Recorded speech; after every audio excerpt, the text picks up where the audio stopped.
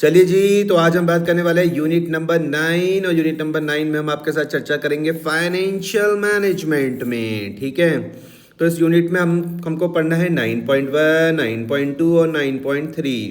9.1 में हम बात करेंगे financial management, financial decisions and financial planning. याद करो भैया, 9.1 में तीन चीज़ें हैं। क्या है? एक तो फाइनेंशियल मैनेजमेंट है, एक क्या है फाइनेंशियल डिसीजंस है, एक क्या है फाइनेंशियल प्लानिंग है। ठीक है, तो 9.1 में तीन चीज़ें याद रहेंगी आपको। कौन कौन सी? फाइनेंशियल मैनेजमेंट, फाइनेंशियल डिसीजंस और फाइनेंशियल प्लानिंग। ठीक है, उसके बाद हम दूसरी क्लास में हम बात करेंगे 9.2 में हम बात करेंगे कैपिटल स्ट्रक्चर में, उसके हम कॉन्सेप्ट्स एंड डिटर्मिनेंट्स में हम चर्चा करेंगे। ठीक है, 9.2 पर हम बात करेंगे कैपिटल स्ट्रक्चर में, उसके हम कॉन्सेप्ट्स और डिटर्मिनेंट्स पर हम चर्चा करेंगे। फिर आ जाएगा भैया 9.3। 9.3 पर हम बात करेंगे fixed and working capital, fixed and working capital, उसके हम कॉन्सेप्ट्स में और उसके डिटर्मिनेंट्स पर हम बात करेंगे। ठीक है, तो इस तरीके से ये जो हमारे पास यूनिट नंबर 9 है, ये हमारी 3 क्लास में पूरी हो जाएगी। लर्निंग ऑब्जेक्टिव्स में मैं अगर बात करूँ तो लिखा हुआ after going through this unit you would be acquainted with. क्या क्या आपको पता चलेगा जब आप पढ़ोगे फाइनेंशियल मैनेजमेंट? आपको उसके कॉन्सेप्ट पता चल जाएंगे, रोल पता चल जाएंगे, ऑब्जेक्टिव्स पता चल जाएंगे। मैं अगर फाइनेंशियल डिसीजन के बारे में बात करूँ तो उसके कॉन्सेप्ट पता चल जाएंगे और फैक्टर्स अफेक्टिंग देम। उसके बाद आ जाएगा भैया फाइनेंशियल प्लानिंग। फाइनेंशियल प्लानिंग में उसके कॉन्सेप्ट आ जाएंगे, ऑब्जेक्टिव्स आ जाएंगे और इंपॉर्टेंस आ जाएंगे। फिर मैं कैपिटल स्ट्रक्चर के बारे में बात करूंगा तो भैया वहाँ पे प्लानिंग आ जाएगा और डिटर्मिनेंट्स आ जाएगा। फिक्स्ड एंड वर्किंग कैपिटल में बात करूंगा तो भैया उसके कॉन्सेप्ट्स और डिटर्मिनेंट्स हमको पता चल जाएंगे। भैया 9.1 की हम शुरुआत करते हैं। मैंने बताया कि इसमें हम तीन चीज़ों के बारे में हम बात करेंगे। फाइनेंशियल मैनेजमेंट के बारे में हम बात करेंगे, फिर फाइनेंशियल डिसीजंस, फिर फाइनेंशियल प्लानिंग। बोलो मेरे साथ, तीन चीज़ें कौन कौन सी हैं? फाइनेंशियल मैनेजमेंट, फाइनेंशियल डिसीजंस और फाइनेंशियल प्लानिंग। ठीक है, यहाँ पे लिखा हुआ है कि business minus financial management is failure, कि अगर आप किसी भी बिजनेस से फाइनेंशियल मैनेजमेंट को माइनस कर दोगे तो आंसर क्या आएगा? फेलियर आने वाला है भैया। ठीक है, हम सबसे पहले समझते हैं फाइनेंशियल मैनेजमेंट के कॉन्सेप्ट को। तो इसमें हम बात करेंगे सबसे पहले मीनिंग ऑफ फाइनेंशियल मैनेजमेंट में चर्चा होगी। उसके बाद हम इसकी डेफिनेशन ऑफ फाइनेंशियल मैनेजमेंट देखेंगे। तो सबसे पहले हम देखते हैं भैया मीनिंग ऑफ फाइनेंशियल मैनेजमेंट। इसमें लिखा हुआ the major goal of any business concern is to make profit for its owner by selling goods और सर्विसेज। ठीक है, तो जो मेजर गोल है किसका भी है, किसी भी बिजनेस कंसर्न का, क्या है वो? कि भैया प्रॉफिट बनाना है। किसके लिए? ओनर्स के लिए। कैसे बनाएंगे? जब हम सेलिंग करेंगे किसको? गुड्स एंड सर्विसेज की जब सेलिंग करेंगे तो भैया हमारा गोल पूरा हो जाएगा। कौन सा गोल? प्रॉफिट बनाने का goal. To reach this goal finance is required. इस गोल को पहुंचने के लिए, इस गोल में पहुंचने के लिए हमको क्या चाहिए भैया? फाइनेंस चाहिए। क्या चाहिए? फाइनेंस चाहिए। In this context, it can be said that finance is the soul of any business concern. ठीक है जी। Keeping this in view, the proper management of finance is absolutely necessary. बिल्कुल। In every business, three main questions which arise regarding finance are। वो तीन question कौन से हैं? तीन question कौन से हैं वो भैया? तो पहला क्वेश्चन है how much finance will be required for different business activity. पहला क्वेश्चन है how much finance will be required for different business activities. ठीक है, दूसरा क्वेश्चन है how much of it will be obtain from different sources. ठीक है, और तीसरा है how will the profit earn from different business activity be distributed. तो तीन क्वेश्चन याद कर लो मेरे साथ अभी। In every business three main question आएंगे। कौन कौन से? विच अराइजेज रिगार्डिंग फाइनेंस आर। पहला, how much finance will be required for different business activities, कि जो हम अलग अलग बिजनेस एक्टिविटीज कर रहे हैं उसके लिए हमें कितने फाइनेंस की जरूरत है। दूसरा आएगा how much of it will be obtain from different sources, अलग अलग सोर्सेज से हम कितना ऑब्टेन करें। और तीसरा आ जाएगा how will the profit earn, जो हम प्रॉफिट अर्न करेंगे फ्रॉम डिफरेंट बिजनेस एक्टिविटी उसको हम डिस्ट्रीब्यूट कैसे करेंगे। ठीक है जी, तीन क्वेश्चन याद रहेंगे। आगे बढ़ते हैं। Answer to all this question is inherent in financial management, ठीक है जी. In other words it can be said that under financial management first of all need for finance is estimated. सबसे पहले हम लोग क्या करेंगे भैया, जरूरत कितनी है मुझको, need for finance is estimated and then different sources of obtaining finance. Need के बाद में किस में बात करूंगा, डिफरेंट सोर्सेज में, और डिफरेंट सोर्सेज के साथ क्या आएगा उसका, and its quantum are determined, और फाइनली क्या होगा, arrangements are made for distribution of profit. ठीक है जी. In other words it can be said that under financial management भैया फर्स्ट ऑफ ऑल हम लोग क्या करेंगे, need for finance is estimated. सबसे पहले हम फाइनेंस की नीड को क्या करेंगे, एस्टिमेट करेंगे, and then different sources of obtaining finance and its quantum are determined, और उसके बाद हम फाइनली क्या करेंगे, अरेंजमेंट्स करेंगे. Arrangements are made for distribution of profit. चलिए आगे बढ़ते हैं. डेफिनेशन हम देखते हैं किसकी भैया, फाइनेंशियल मैनेजमेंट की. तो some views regarding the meaning of financial management are as follow. सबसे पहले हम बात करेंगे in the words of J.L. Massey, फिर in the words of J.F. Bradley. तो देखो अगर मैं J.L. मेसी के वर्ड्स में बात करूँ तो लिखा हुआ है कि financial management is the operational activity of a business. ठीक है, J.L. मेसी जी ने क्या बोला कि भैया जो फाइनेंशियल मैनेजमेंट है वो क्या है, एक ऑपरेशनल एक्टिविटी है. किसकी भैया, बिजनेस की. That is responsible for obtaining an effective utilising the funds necessary for efficient operations. तो J.L. मेसी साहब ने बोला कि जो भैया जो फाइनेंशियल मैनेजमेंट है वो क्या है भैया, ऑपरेशनल एक्टिविटी है. किसकी भैया, बिजनेस की. दैट इज रिस्पॉन्सिबल, क्या के लिए रिस्पॉन्सिबल है, किस चीज के लिए, for obtaining an effectively utilising the funds necessary for efficient operations.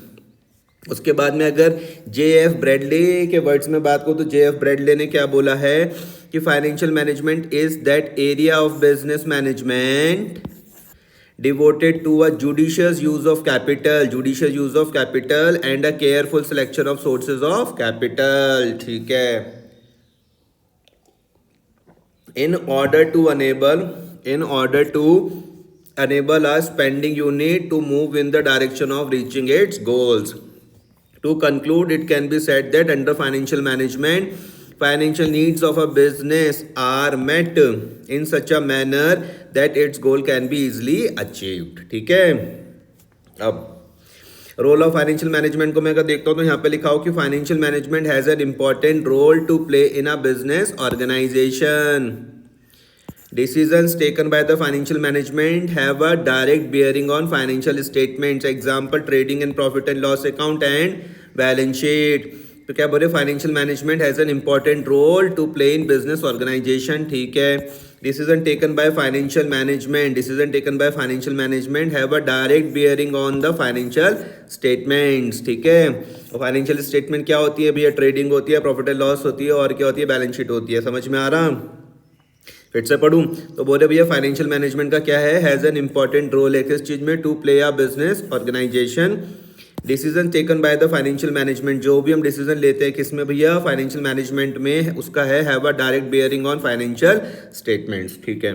They are the statement which reflect the progress of the business. कौन सी फाइनेंशियल स्टेटमेंट हमको क्या बताती है, बिजनेस के प्रोग्रेस के बारे में बताती है. For the determination of various items of the financial management, the financial management has the following role to play. ठीक है. कौन कौन से रोल है, तो पहला आ जाएगा the determination of size and composition of fixed assets. दूसरा आ जाएगा determination of size and composition of current assets. फिर आ जाएगा determination of proportion of long term and short term finance. फिर हम बात करेंगे determination of proportion of various sources of long term finance. फिर हम बात करेंगे determination of various items of profit and loss account. चलो एक एक करके पढ़ते हैं. सबसे पहले हम बात करेंगे determination of size and composition of fixed assets. इसमें लिखा हुआ कि under financial management the total investment in fixed assets and every individual fixed assets से डिटरमाइन. हम लोग क्या करते हैं भैया, फाइनेंशियल मैनेजमेंट में हम लोग क्या करते हैं, टोटल इन्वेस्टमेंट के बारे में बात करते हैं, जो कहाँ पर हो रखी है, फिक्स्ड असेट्स में हो रखी है. And every individual fixed assets is determine. ठीक है. The size and composition of fixed assets depends on the capital budgeting decisions of financial management. क्या लिखा हुआ? The size and composition of fixed assets. अभी सिर्फ इतना समझ लो कि जो साइज और कंपोजिशन है किसका भैया, फिक्स्ड असेट्स का, वो किस पे डिपेंड होता है, वो कैपिटल बजटिंग डिसीजंस पे डिपेंड होता है ऑफ फाइनेंशियल मैनेजमेंट. ठीक है. The capital budgeting decision is also called the long term investment decision. याद कर लेना कि जो कैपिटल बजटिंग डिसीजन होता है उसको हम किस नाम से जानते हैं, लॉन्ग टर्म इन्वेस्टमेंट डिसीजन के नाम से जानते हैं. किस नाम से हम जानते हैं, बोलो मेरे साथ, long term investment decision. Example में अगर मैं बात करूँ तो लिखा हुआ a capital budgeting decision to invest 500 crore would raise the size of fixed assets block by this amount. क्या बोला कि अगर हम बात करें किसकी, कैपिटल बजटिंग डिसीजन की, उसमें हम क्या बात करें कि हमें इन्वेस्ट करना है कितने करोड़ रुपए, 500 करोड़ रुपए. तो उससे क्या हो जाएगा, would raise the size of fixed assets block by this amount. ठीक है. आगे, determination of size and composition of current assets. Determination of size and composition of current assets, इसमें क्या बात बोली गई है, देखो पहला वाला क्या था पॉइंट कि determination of size and composition of fixed assets. ठीक है. अब हम बात करें determination of size and composition of current assets. इसमें क्या बोला, the size and composition of current assets, the size and composition of current assets depends on the decisions. जो साइज है और जो कंपोजिशन है किसका भैया, करंट असेट्स का, किस पे डिपेंड है, डिसीजंस पे डिपेंड है about investment in fixed assets, credit and inventory management etcetera. ठीक है. तो जो determination of size and composition of current assets है उसमें क्या बात बोली गई कि जो साइज एंड कंपोजिशन है किसका भैया, करंट असेट्स का, वो किस पे डिपेंड करता है, decision about investment in fixed assets, credit and inventory management में. ठीक है. एग्जाम्पल के तौर पर हम बात कर सकते हैं increase in quantum of fixed assets. Increase in quantum of fixed assets will result in higher demand for working capital. ठीक है. Increase in quantum of fixed assets will result in higher demand for working capital, or because of liberal credit policy, long credit period extended to debtors will result in block of funds. ठीक है जी. आगे हम लोग बात करते हैं third वाला point में क्या है, determination of proportion of long term and short term finance. The financial management takes decision about the proportion of long term and short term finance funds. ठीक है. Short term funds. An organization wanting to have strong liquidity, an organization wanting to have strong liquidity position would raise relatively more long term funds. MCQ बनेंगे यहाँ से.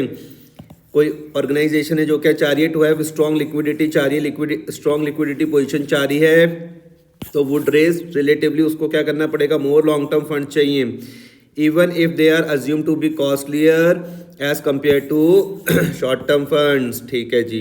अब हम यहाँ पे बात करते हैं लिक्विडिटी वर्सेस प्रॉफिटेबिलिटी में. कुछ अजम्पशंस है, उसके बाद कुछ कंक्लूजन है.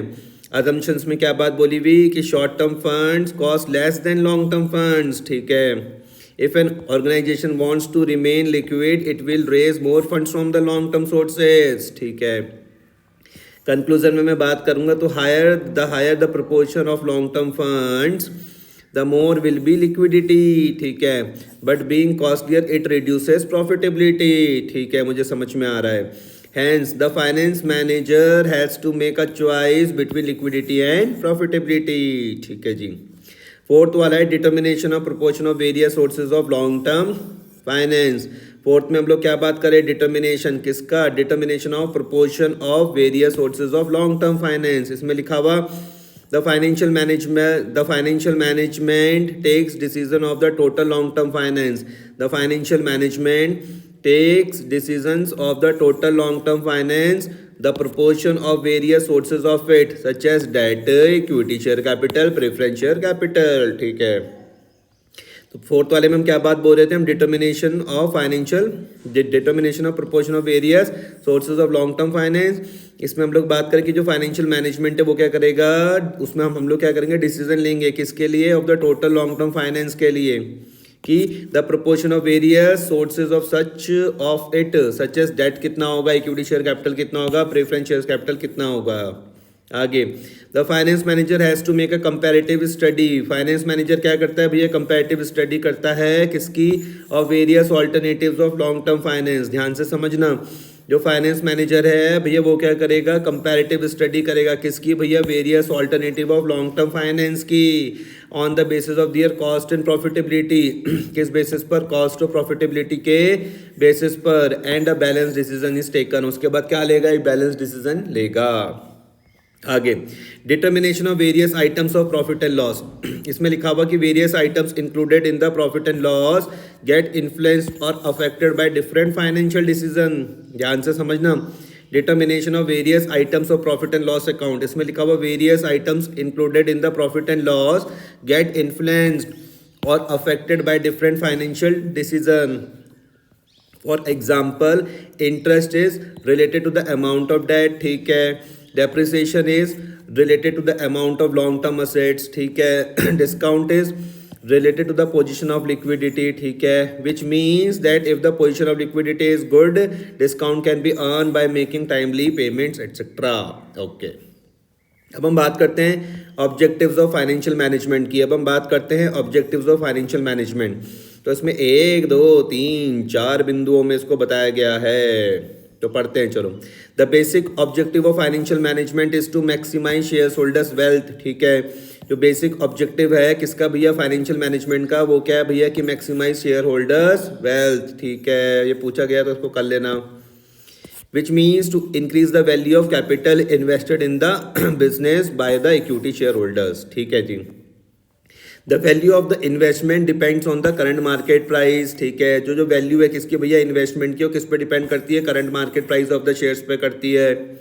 Further market price of the shares is link to the 3 basic financial decision, ध्यान से समझना है, जो मार्केट प्राइस ऑफ शेयर्स है वो किसके साथ लिंक्ड है, वो 3 बेसिक फाइनेंशियल डिसीजन के साथ लिंक है। वो 3 फाइनेंशियल डिसीजन कौन कौन से, बोलो मेरे साथ, investment decision, financing decision, dividend decision. वो 3 डिसीजन कौन कौन से हैं, इन्वेस्टमेंट डिसीजन, फाइनेंसिंग डिसीजन और dividend decision.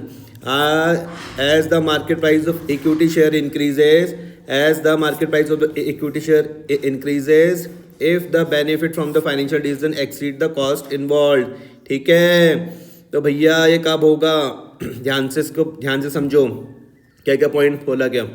Objectives of financial management में बोला गया द बेसिक ऑब्जेक्टिव जो फाइनेंशियल मैनेजमेंट का है वो क्या है, मैक्सिमाइज करना शेयर होल्डर्स वेल्थ को, which means increase the value of capital invested in the business by the equity share holder. पहला पॉइंट समझ गए।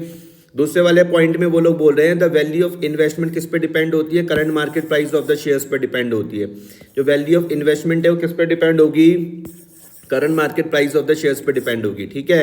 फर्दर जो मार्केट प्राइस ऑफ शेयर्स हैं, जो मार्केट प्राइस है किसका शेयर, वो किसके साथ लिंक्ड है, 3 बेसिक फाइनेंशियल डिसीजन समझ लेना, 3 बेसिक फाइनेंशियल डिसीजन समझ लेना। एक कौन सा हो जाएगा, इन्वेस्टमेंट डिसीजन, फिर एक हो जाएगा फाइनेंसिंग डिसीजन, फिर एक हो जाएगा डिविडेंड डिसीजन, ठीक है।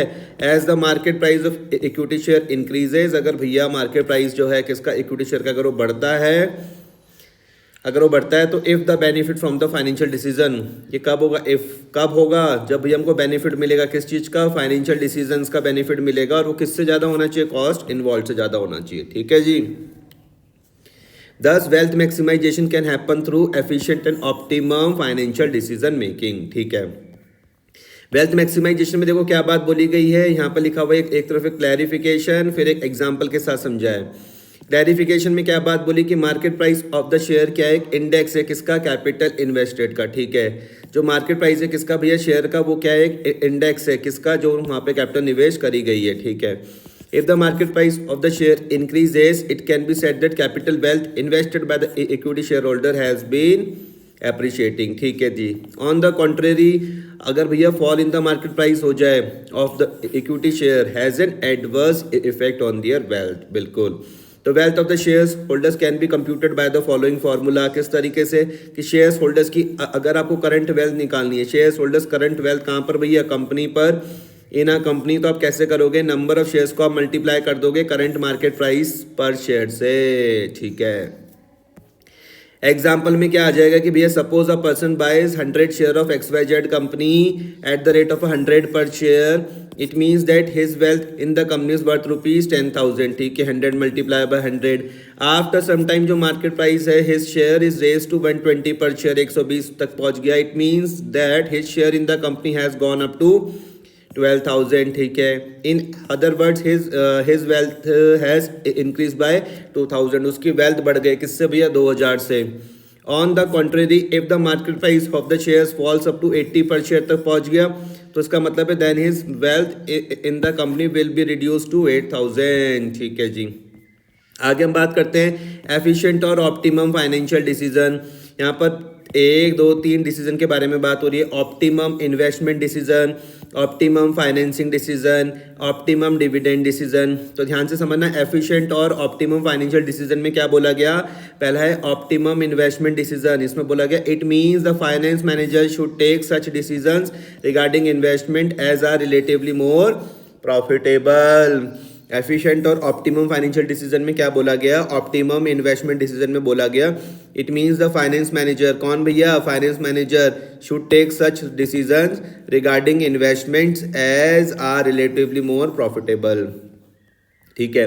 ऑप्टिमम फाइनेंसिंग में क्या आ जाएगा. It means that the finance manager should make such a mix of debt capital and share capital as has the minimum cost of capital. ठीक है जी.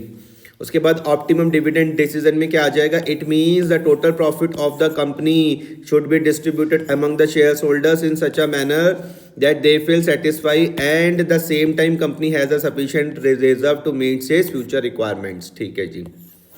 इंपॉर्टेंट है, बार बार देखना है इसको. आगे हम बढ़ते हैं. आगे हम बढ़ रहे भैया फाइनेंशियल डिसीजंस पे. आगे हम बढ़ रहे भैया किस पे. फाइनेंशियल डिसीजंस पे. ठीक है जी. इसमें क्या लिखा हुआ है. Modern thinkers have made a mention of a 3 important decision taken by the financial manager. These are also known as finance function. अच्छा, इसी को हम फाइनेंस फंक्शन बोलते हैं. ठीक है. The same are as under finance. तो investment decision, financing decision, dividend decision. याद रखना कौन कौन से. इन्वेस्टमेंट डिसीजन, फाइनेंसिंग डिसीजन और डिविडेंड डिसीजन. ठीक है. यही 3 है भैया फाइनेंस फंक्शन. तो फाइनेंशियल डिसीजन में क्या लिखा हुआ है. इन्वेस्टमेंट डिसीजन में लिखा हुआ है कि selection of assets in which funds will be invested. Selection of assets in which funds will be invested. Financing में क्या लिखा हुआ है कि how to obtain funds from various sources of finance. Financing में क्या लिखा हुआ how to obtain funds from the various sources of finance. Dividend decision में क्या लिखा हुआ कि what portion of earning will be distributed as dividend. कोई दिक्कत तो नहीं है. तो फाइनेंशियल डिसीजन में क्या लिखा हुआ कि modern thinkers have made a mention of a 3 important decision taken by the financial manager. वो कौन कौन से हैं. अच्छा, इसी को हम फाइनेंस फंक्शन के नाम से भी जानते हैं. वो कौन कौन से. इन्वेस्टमेंट डिसीजन, फाइनेंसिंग डिसीजन और डिविडेंड डिसीजन. ठीक है.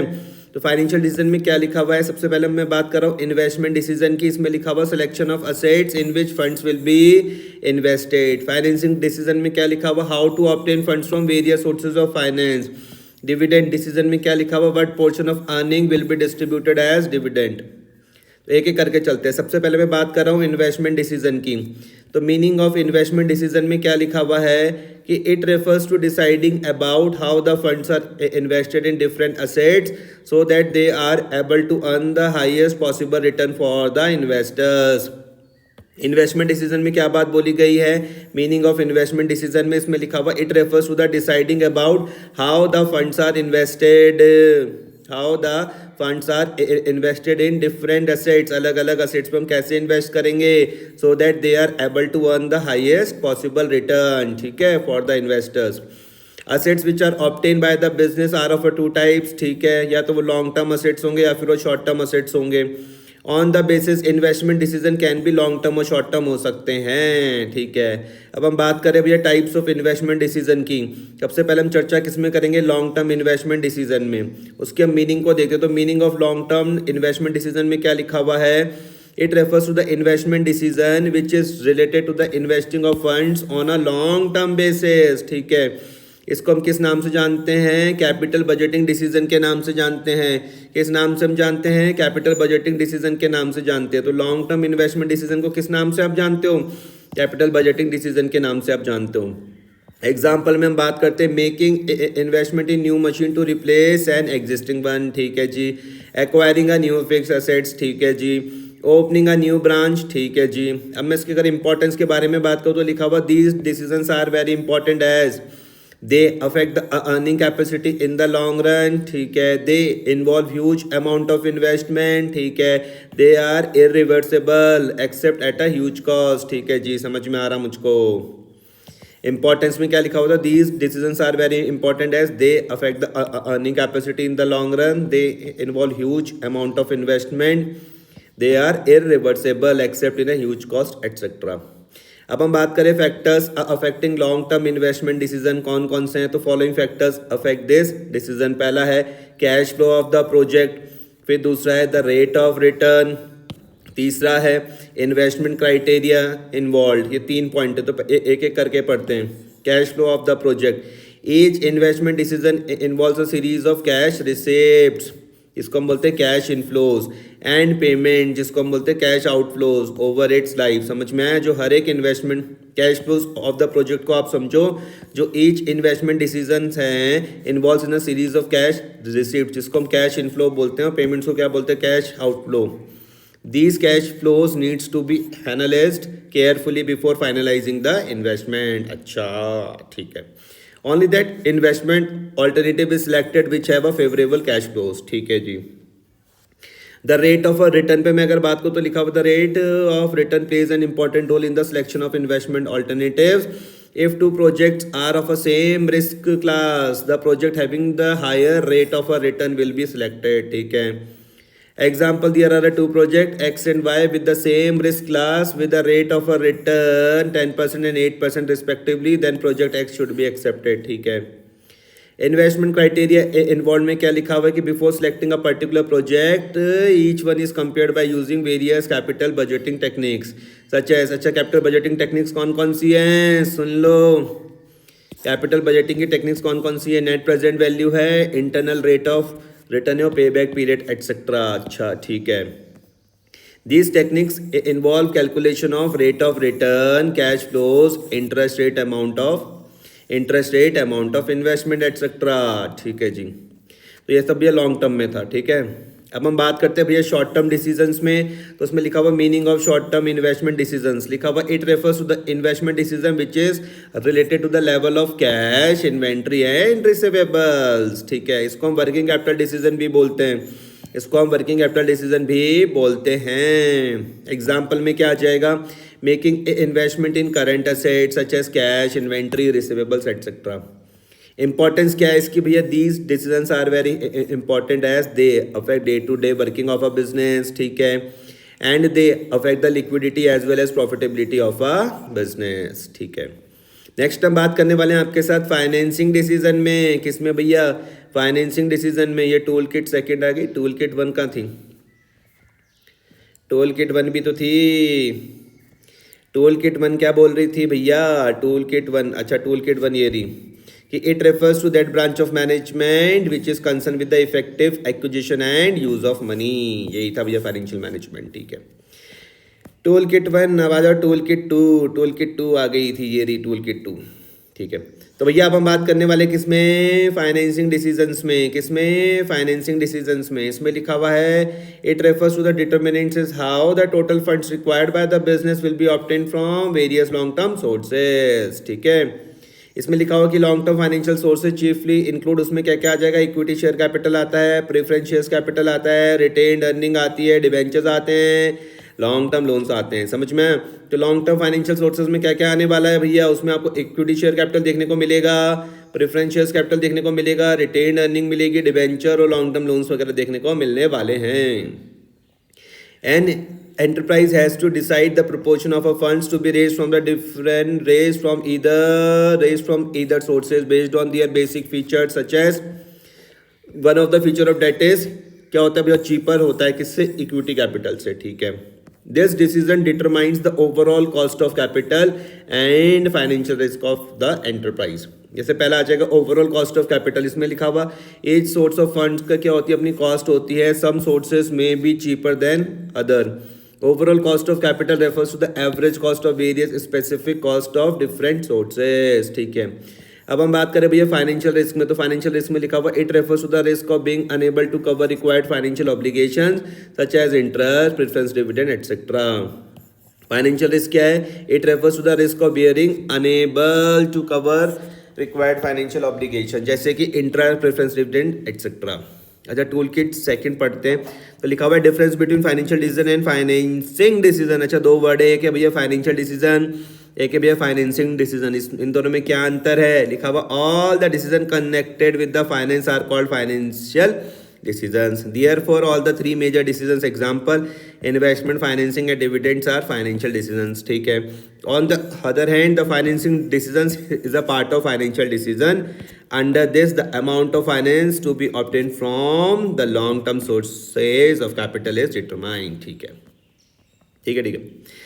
अब हम यहाँ पे बात करते हैं फैक्टर्स अफेक्टिंग फाइनेंसिंग डिसीजंस। वो कौन कौन से? तो बोल रहे हैं the following factors affecting the financing decision. जैसे भैया यहाँ पर आ जाएगा कॉस्ट, यहाँ पर आ जाएगा रिस्क, यहाँ पर आ जाएगा भैया फ्लोटेशन कॉस्ट, कैश फ्लो की position, fixed operating cost, control consideration, state of capital market, ये सब यहाँ पर आ जाएगा। ठीक है जी, तो पढ़ के देखते, देखो सबसे पहले क्या लिखा हुआ है। The following factors affect the financing decision. Cost में बात करता हूँ, on the basis of a cost some sources of a funds may be cheaper than others. ठीक है, and a finance manager always prefer the source with the minimum cost. ठीक है, ये तो मुझे समझ में आया। एग्जाम्पल में क्या है कि मान low cost of borrowed fund वो कम है किससे? कॉस्ट ऑफ ओनर्स फंड से। तो रैशनल मैनेजर क्या करेगा? Would choose being debt being a cheaper source. ठीक है, रिस्क के बारे में हम बात करते हैं। रिस्क के बारे में तो लिखा हुआ on the basis of a risk some sources of a funds may be riskier than others. ठीक है, and a finance manager always prefer the source with the low risk. ठीक है जी, जैसे कि एग्जांपल के रिस्क ऑफ बोरोड फंड क्या होता है भैया? ज़्यादा होता है। जैसे किससे ज़्यादा होता है? रिस्क ऑफ ओनर्स फंड से। Hence a rational manager would choose owners fund being low और नो रिस्क सिक्योरिटी। ठीक है, फिर बात आती है भैया फ्लोटेशन कॉस्ट की। तो फ्लोटेशन कॉस्ट क्या होता है? The flotation cost of raising some sources of funds may be higher than others and the finance manager always prefer the sources with the low flotation cost. ठीक है, example में क्या लिखा हुआ भैया? Flotation cost of borrowed fund क्या होती है भैया? कम होती है। और flotation cost of owners fund क्या होती है? ज़्यादा होती है। Hence a rational manager would choose borrowed fund having low flotation cost. ठीक है, अब हम यहाँ पे बात करते हैं भैया डेट कैपिटल क्या है भैया? एक रिस्की कैपिटल है। बोला हुआ debt capital in business is more risky because lenders can file a request and with the judiciary for the closure of the company in case they do not get their interest and the capital invested. This right is not available to the equity shares holders, hence there is a no risk to the company from their side. ठीक है जी, flotation cost में क्या बोला कि it refers to the cost of raising fund such as advertising expenses, printing के खर्चे, underwriting commission, brokerage etcetera. ठीक है, ठीक है। अब हम बात करें भैया कैश फ्लो की पोजीशन के बारे में। तो देखो इसमें क्या लिखा हुआ? A company with strong cash flow position prefer borrowed fund. अच्छा, जिस कंपनी की क्या होगी? स्ट्रॉन्ग कैश फ्लो की पोजीशन होगी, वो क्या प्रेफर करेगा? बोरोड फंड को प्रेफर करेगा, बीइंग चीपर सोर्स। ठीक है, as it can pay interest and principal easily.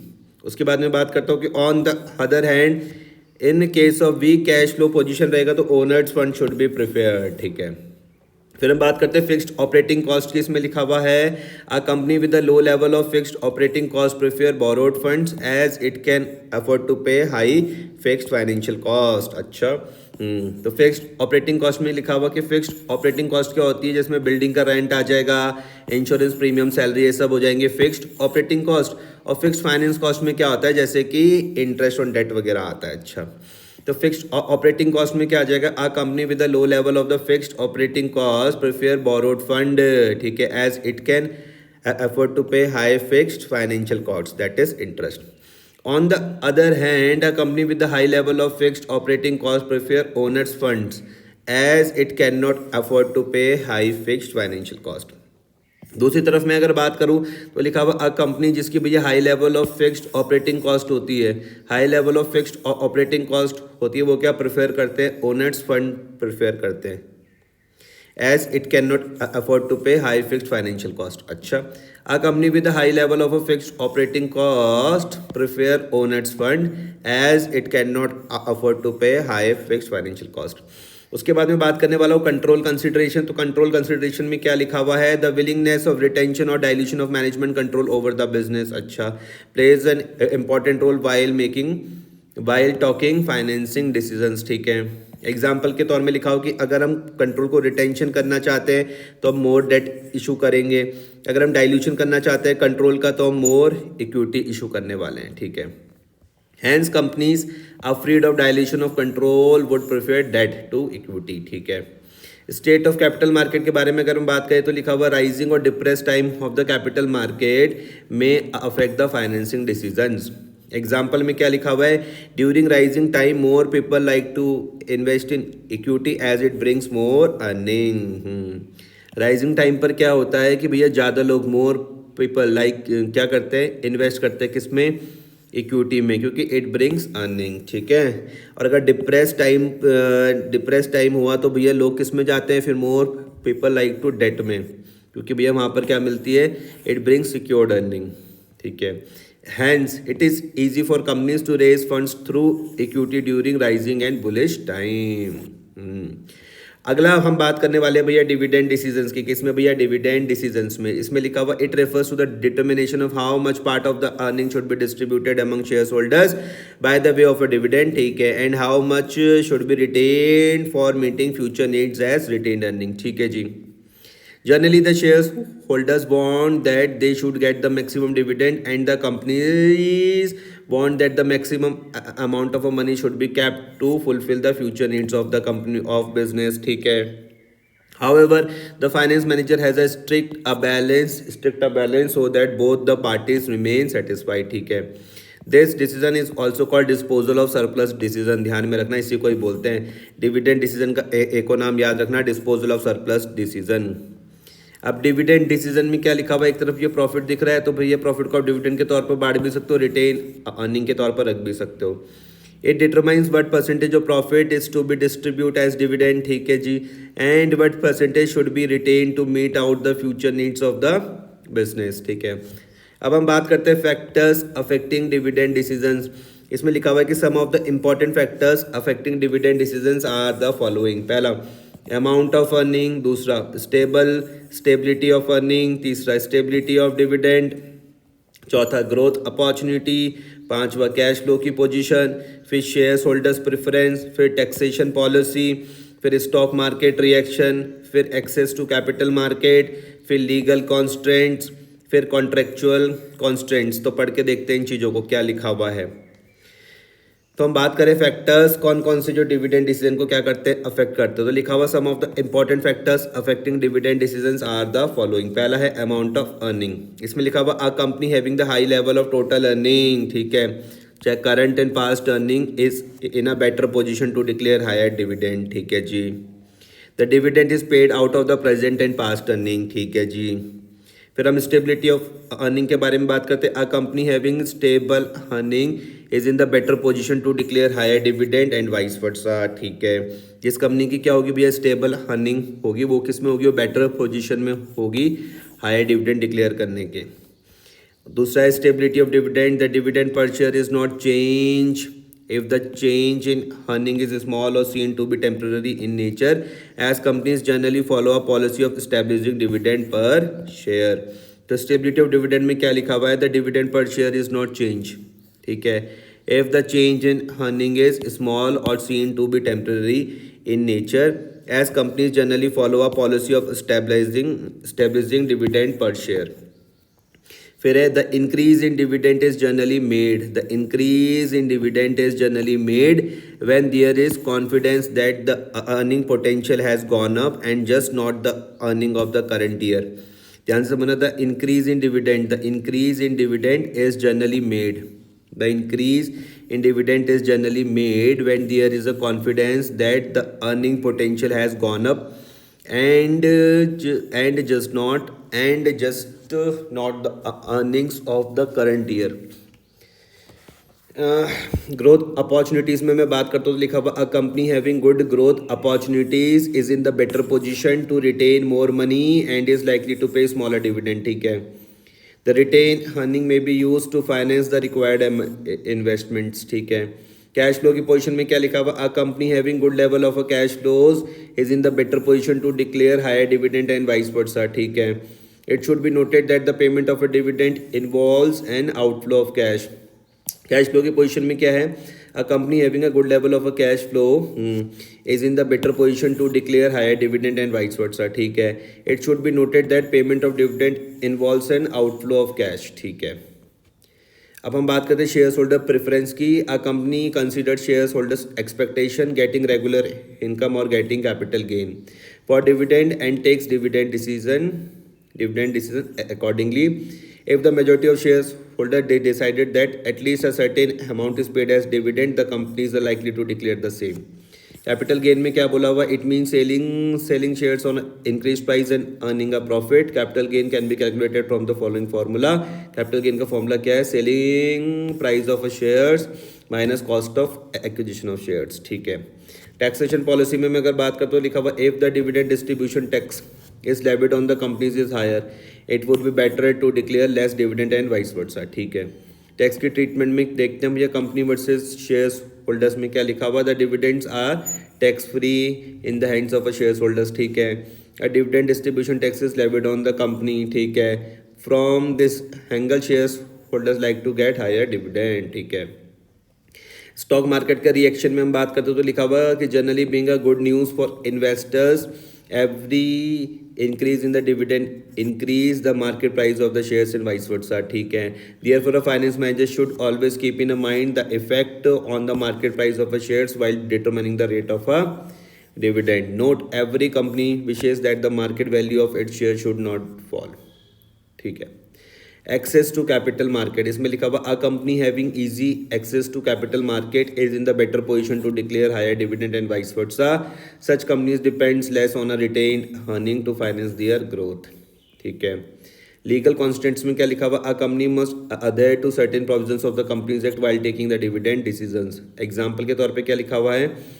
According to the Companies Act 2013, the rate of a dividend cannot exceed the average of the rates declared by the company in the 3 preceding years. अच्छा जी.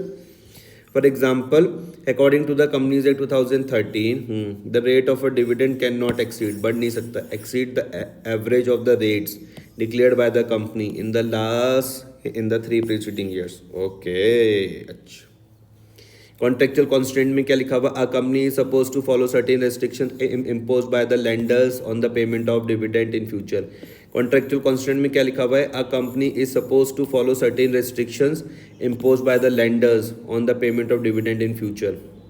For example, when a company receive finance in the form of a debt, the debt providers can put a ban on the company to give any dividend. Okay, ठीक है.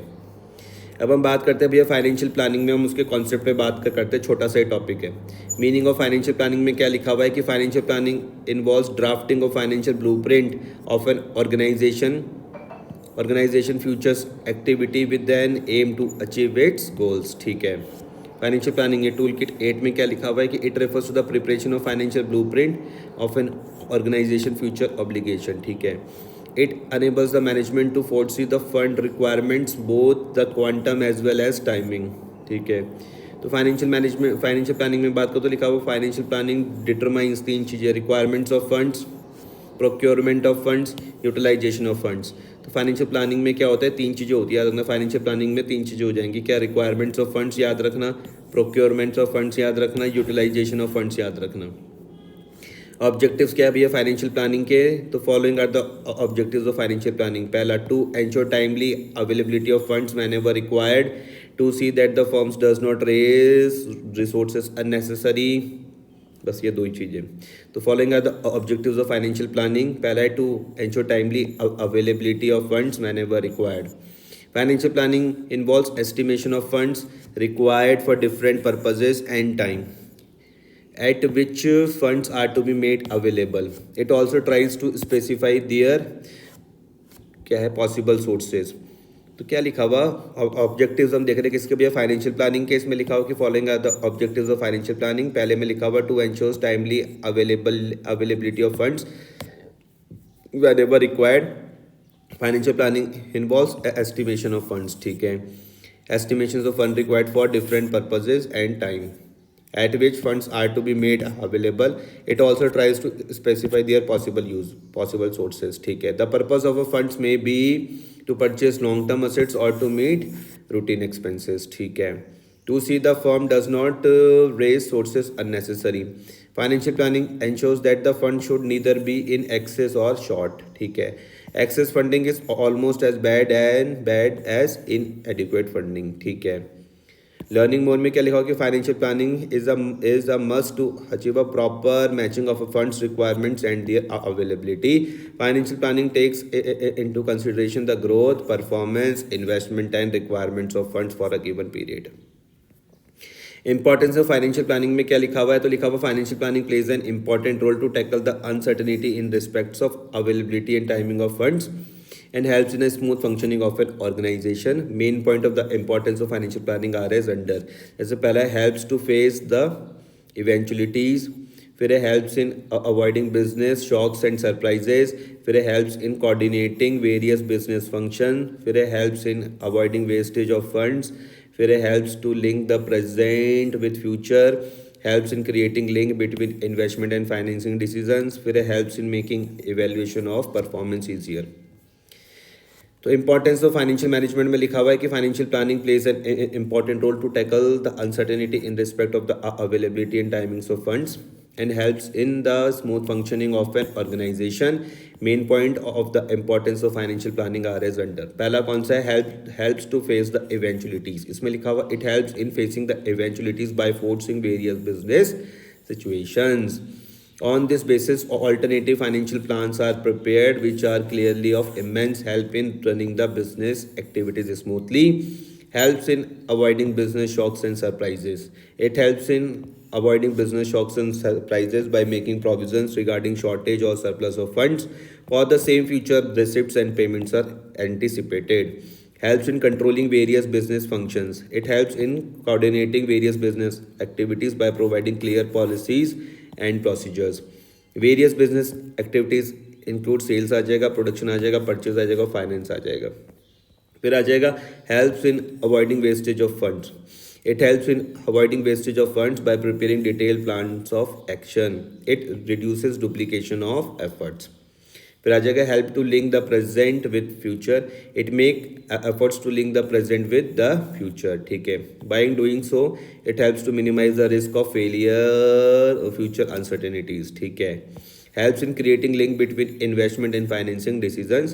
It helps in deciding about where to invest and from where the required funds will be made available. ठीक है, helps in making evaluation of performance easier. It helps in making evaluation performance easier by setting standards of financial performance. ठीक है, ये हमारा पूरा complete हो गया.